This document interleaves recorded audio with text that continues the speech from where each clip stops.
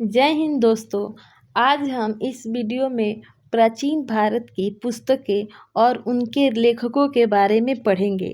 इस वीडियो के अंत में हम आपको एक चैलेंज देंगे, तो वीडियो में अंत तक आप लोग बने रहिएगा। तो चलिए बिना देरी किए शुरू करते हैं। तो पहली पुस्तक जो हमारी है उस पर हम लोग आते हैं। वो पुस्तक है, एक मिनट, हाँ, पहली पुस्तक है मुद्राक्षस। मुद्राक्षस विशाख दत्त। मुद्राक्षस के रचनाकार कौन है? विशाख दत्त। इसको हम एक ट्रिक के साथ याद कर सकते हैं। जैसे साख इसमें दिया है, विशाख दत्त में साख है और साख मुद्रा से संबंधित होता है। जो हमारे बैंकों में साख एक वर्ड यूज होता है, उससे कनेक्ट कर सकते हैं, साख मुद्रा। इस तरह से विशाख दत्त जी ने जो है मुद्राक्षस लिखा है। उस तरह से अब दूसरे में जाइए, बुधचरित्र अश्वघोष। बुधचरित्र अश्वघोष, ऐसे बुध से आप घोड़े से कनेक्ट कर सकते हैं कि घोड़ा पर बैठकर बुध जी जो गए थे, संन्यास ले लिए, उस टाइप से आप याद कर सकते हैं बुधचरित्र अश्वघोष। उसके बाद आता है नाट्य शास्त्र। नाट्य शास्त्र जो है हमारे भरत मुनि ने लिखा है। तो मुनि नाटक में हम लोग बनते हैं, इस तरह से आप कनेक्ट कर सकते हैं।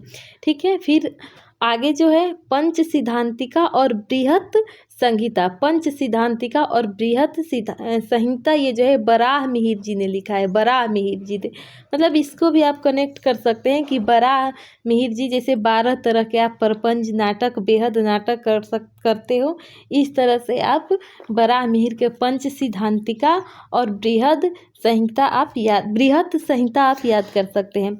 इसके बाद आर्यभट्ट जो है, ये आर्यभट्ट जी ने लिखा है, तो इसे आसानी से आप याद कर सकते हैं कि आर्यभट्ट जो पुस्तक है किसने लिखा?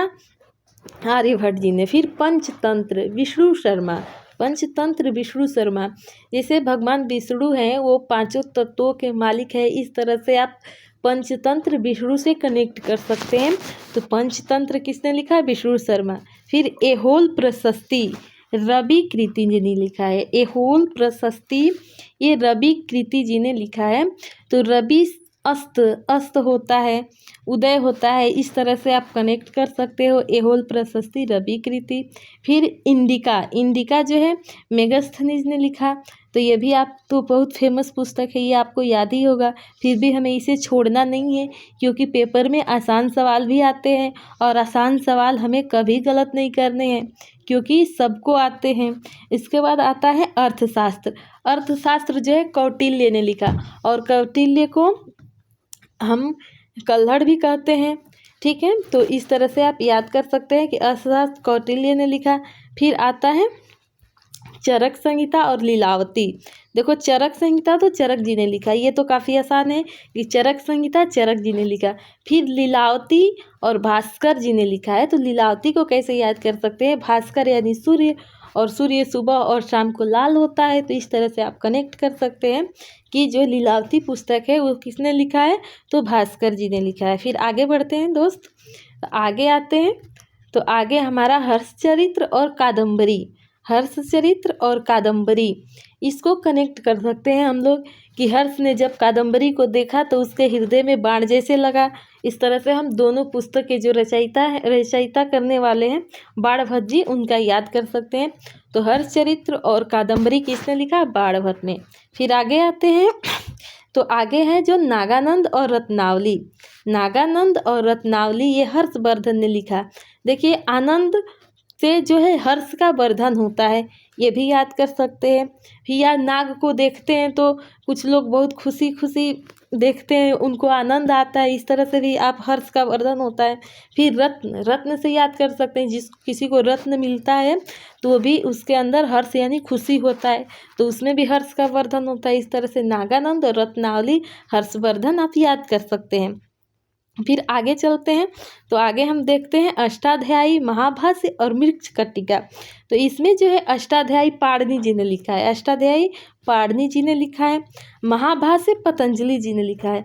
महाभाष्य पतंजलि जी ने लिखा है। आजकल जो पतंजलि के संस्थापक हैं रामदेव, वो बहुत ज़्यादा मान लो भाषण देते हैं या योग वगैरह करते हैं, तो उस तरह से महा याद कर सकते हैं कि महाभाषण देते हैं तो यही महाभाष्य पतंजलि का हो जाएगा।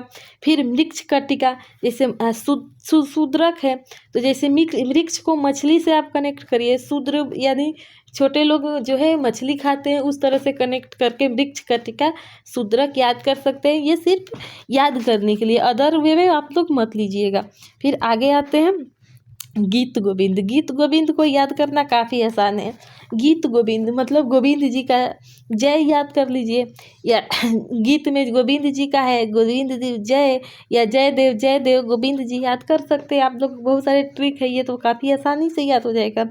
इसके बाद से हम लोग नोट में देखेंगे कि कुछ जो है सांख्य, जैसे सांख्य नहीं दर्शन है और दार्शनिक है, जो बार बार हमारे एग्जाम में आते हैं, इसको हम लोग पढ़ लेंगे। जैसे हमारे जो कपिल देव हैं, कपिल जी जो है सांख्य दर्शन का वो संस्थापक है। पतंजलि ये तो काफ़ी आसान है, अभी पतंजलि का आप लोग जानते हैं, रामदेव जी योग कराते हैं, उससे कनेक्ट कर सकते हैं। पतंजलि योग, गौतम जी न्याय,